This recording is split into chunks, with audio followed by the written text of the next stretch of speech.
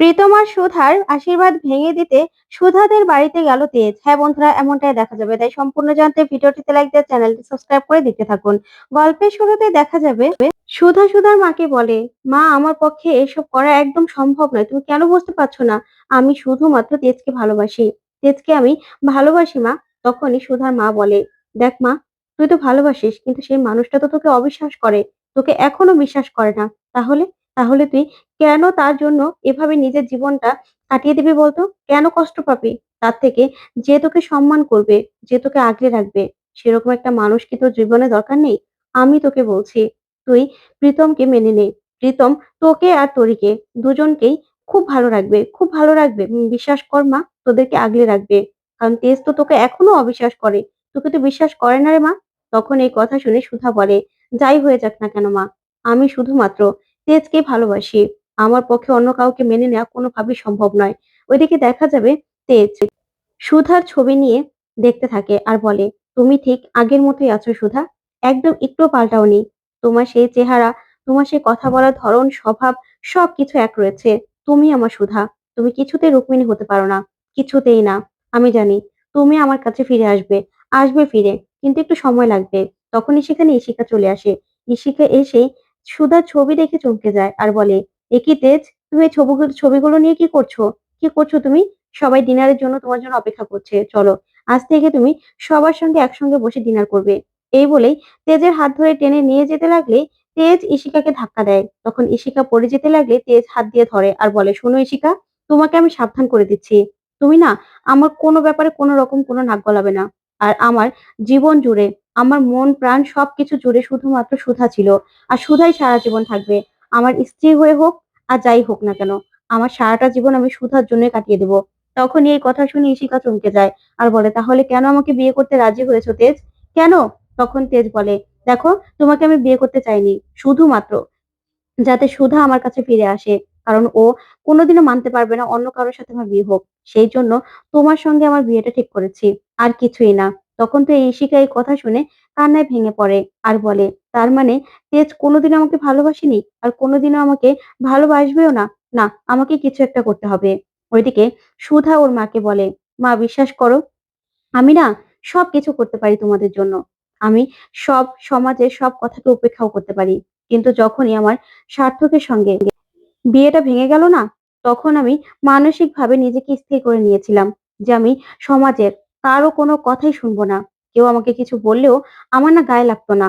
সার্থকের সঙ্গে কাটানো ওই কটা দিন আমার জন্য যেন নরক হয়ে গিয়েছিল। আমার মন থেকে ভালোবাসার মানেটাই মা বদলে গিয়েছিল। আমি কাউকে বিশ্বাস করতে পারতাম না, কাউকে কোনোদিনও ভালোবাসতে পারবো কিনা সেটাও কোনোদিন আমি জানতাম না। কিন্তু তেজ, তেজ আমাকে সেই ভালোবাসাটা আবারও ফিরিয়ে দিয়েছে, ভালোবাসতে শিখিয়েছে, আমাকে বিশ্বাস করেছে মা। আমার সবটা জুড়ে শুধুমাত্র তেজ রয়েছে, আর কেউ না। তেজ আমাকে বিশ্বাস করেছে, আমার সেই জায়গাটা থেকে আমাকে তুলে এনেছে। তাই তেজকে ছাড়া আমি 5টা বছর কাটিয়ে দিয়েছি শুধুমাত্র তেজের ভালোবাসা নিয়ে মা। আমি না তেজকে কোনোদিনও ভুলতে পারবো না, আর তেজকে আমি ছাড়তেও পারবো না। তখনই সুধার মা বলে, সুধা মা, তুই না সবকিছু ভুলে যা, তোর অতীত ভুলে তুই আবার সামনে এগিয়ে যা মা। তেজও তো এগিয়ে যাচ্ছে, তাহলে তুই কেন তোর অতীত আঁকড়ে বসে থাকবি বলতো? কেন বসে থাকবি? তখন সুধা বলে, না মা না, আমি মরার আগ পর্যন্ত আমি তেজকে ভুলতে পারবো না, তেজকে আমি ছাড়তেও পারবো না। তখন এই কথা শুনে সুধার মা বলে, ঠিক আছে মা, তোকে আমি জোর করবো না। তবে মাথাটা যখন ঠান্ডা হবে না, তখন অবশ্যই তুই আমার কথাগুলো ভেবে দেখবি। ওইদিকে প্রীতম দাঁড়িয়ে দাঁড়িয়ে সবটা শুনতে থাকে। তখন সুধার মা বলে, তুই আমার কথাগুলো ভেবে দেখবি মা, আমি কি বললাম তুই ঠিক বললাম কিনা, তোর না জীবনে এগিয়ে যাওয়া দরকার। তখন এই বলে সুধার মা চলে গেলে সুধা বলে, না, আমি কোনোদিনও প্রীতম বাবুকে বিয়ে করতে পারবো না, কোনোদিনও না। তখন প্রীতম সেখানে চলে আসে আর এসেই বলে, আসলে আপনার সব সিদ্ধান্তকে আমি সবসময় প্রাধান্য দিয়েছি, সবসময় মেনেও নিয়েছি। কিন্তু আপনারা তোরের কাছাকাছি থাকতে থাকতে না, সত্যি আপনাদের দুজনকেই না আমি ভালোবেসে ফেলেছিলাম, ভালোবেসে ফেলেছি। তখন এই কথা শুনে সুধা অবাক হয়। তখন প্রীতম বলে, চিন্তা করবেন না, এই ভালোবাসায় কোনো রকম কোনো স্বার্থ জড়িয়ে নেই, কোনো রকম কোনো কিচ্ছু নেই। এই ভালোবাসা নিঃস্বার্থ। আমি চাই আপনারা ভালো থাকুন, আপনাদেরকে ভালো রাখতে, আপনাদেরকে সব সময় আগলে রাখতে। আপনার সব সিদ্ধান্তে আমি সবসময় আপনার পাশে আছি। তখন এই কথা শুনে সুধা অবাক হয়। এদিকে দেখা যাবে সকাল হয়। সকাল হলেই সুধা একটা লিস্ট বানায়। লিস্ট বানিয়েই প্রীতমকে বলে, এই মালগুলো না সবকিছু ওই বসুবাড়িতে যাবে। আপনি প্লিজ ওখানে নিয়ে যাবেন। তখন প্রীতম বলে, "কেন? আপনি যাবেন না?" তখন সুধা বলে, "না, আমার যাওয়া ঠিক হবে না।" তখনই কেউ কলিং বেল চাপ দিলেই ঝিনুক দরজাটা খুললেই সেখানে চলে আসে ইশিকা। আর ইশিকা এসেই সুধাকে বলে, "রুক্মিণী, আপনার সঙ্গে আমার কিছু কথা আছে। আপনি প্লিজ আমাকে হেল্প করুন।" তখন তো সুধা ইশিকাকে দেখে চমকে যায়। ওইদিকে দেখা যাবে তেজ সকাল সকাল উঠে সব সাজানো দেখেই চমকে যায় আর বলে, "কি ব্যাপার? এগুলো কোনো সাজানো হয়েছে? কি করছেন আপনারা? কি করছেন? আপনাদের ম্যাডাম কোথায়? তাকে যে এতগুলো টাকা দিলাম, এত বড় একটা দায়িত্ব দিলাম, সে কোথায়? নিজে দায়িত্ব পালন না করে এসব কি করছে? হ্যাঁ, কি করছে? এখানে তো পিঙ্ক কালার ফুল হওয়ার কথা ছিল। কি লাল ফুল দিয়েছেন?" ওইদিকে তরিতা সমুদ্রকে বলে, "আচ্ছা সমুদ্র, আমি তো কিছুই বুঝতে পারছি না। ইশিকার সঙ্গে আশীর্বাদ করার জন্য এতটা অস্থির হয়ে পড়েছে তেজ?"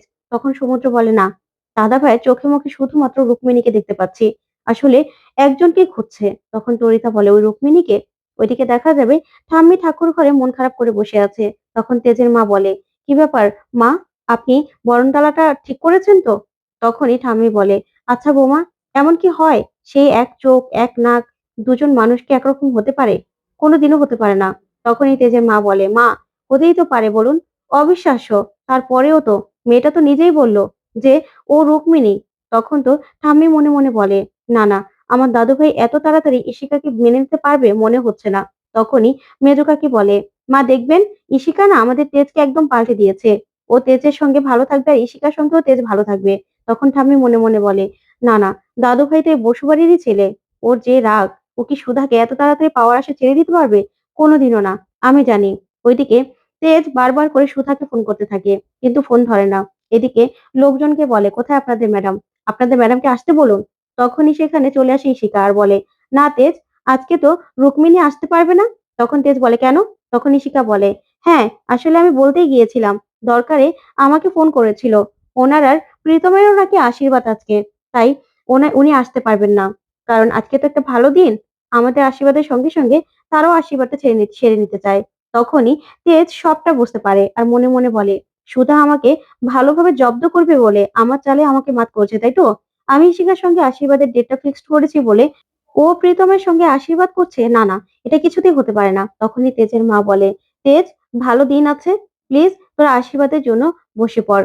ওইদিকে ইশিকা মনে মনে সেই সুধাকে বলা কথাগুলো ভাবতে থাকে আর মনে করে যে গিয়ে সুধাকে বলেছিল, "প্লিজ রুক্মিণী, আপনি আমাকে হেল্প করতে পারেন। আসলে তেজ আর আমার আশীর্বাদটা একমাত্র আপনার হেল্প পেলেই হবে।" তখনই সুধা বলে যে, "কি করে? আমি আপনাকে কি করে হেল্প করব?" তখনই ইশিকা বানিয়ে অনেক কথা বলে যে তেজ আমাকে ভালোবাসে, কিন্তু আপনাকে দেখার পর থেকে ওর প্রথম স্ত্রী সুধার কথা ওর মনে পড়ছে। তার জন্য কিছুতেই ও আমাকে মেনে নিতে পারছে না। ওর মনের মধ্যে একটা খটকা রয়েই গেছে যে আপনিই কি ওর সুধা নাকি? তাই আপনি প্লিজ আমাকে হেল্প করুন। তখন সুধা বলে, "তাতে আমি কি করতে পারি? আর আপনি সিউর যে তেজ বসু মল্লিক আপনাকে ভালোবেসে বিয়েটা করতে চাইছে?" তখনই ইশিকা বলে, "হ্যাঁ, আপনি জানেন না, তেজ আর আমি সেই ছোটবেলা থেকে বন্ধু ছিলাম। ওর মা আর আমার মা বন্ধু ছিল। আর ওদের বাড়িতে আমি ছোটবেলায় অনেক যাতায়াত করতাম। আমি বিদেশে চলে গিয়েছিলাম পড়ালেখা করার জন্য। তারপরে এসে দেখি এই কাণ্ড। এখন ওর আর আমার বিয়ের মধ্যে একমাত্র আপনি বাধা হয়ে দাঁড়াচ্ছেন। তাই আপনাকে প্লিজ আমি অনুরোধ করছি, আপনারাও আশীর্বাদটা করে নিন।" তখন এই কথা শুনে সুধা খুব কষ্ট পায়। ওইদিকে ইশিকা মনে মনে বলে, "তেজ, আমি তোমাকে ভালো রাখার জন্যই এই কাজটা করেছি। তোমার জীবন থেকে সারা জীবনের জন্য সুধার পাঠটা আমি বন্ধ করে দিতে চাই। তুমি আমাকে ক্ষমা করো।" ওইদিকে তেজ প্রচন্ড রেগে যায়। তখনই তেজের মা আসে বরণডালাটা নিয়ে আর বলে, "প্লিজ তোরা বসে পড় আশীর্বাদে।" তখনই তেজ সেই বরণডালা ফেলে দেয় আর বলে, "না, কোন রকম কোনো আশীর্বাদ হবে না এই বাড়িতে। কোন রকম কোনো আশীর্বাদ হবে না। সুধা ছাড়া আমি কাউকে আমার জীবনে মেনে নিতে পারবো না।" তো বন্ধুরা, তেজ কি পারবে সুধাকে ফিরিয়ে আনতে? তোমাদের কি মনে হয়? কমেন্ট করে জানাও। ধন্যবাদ।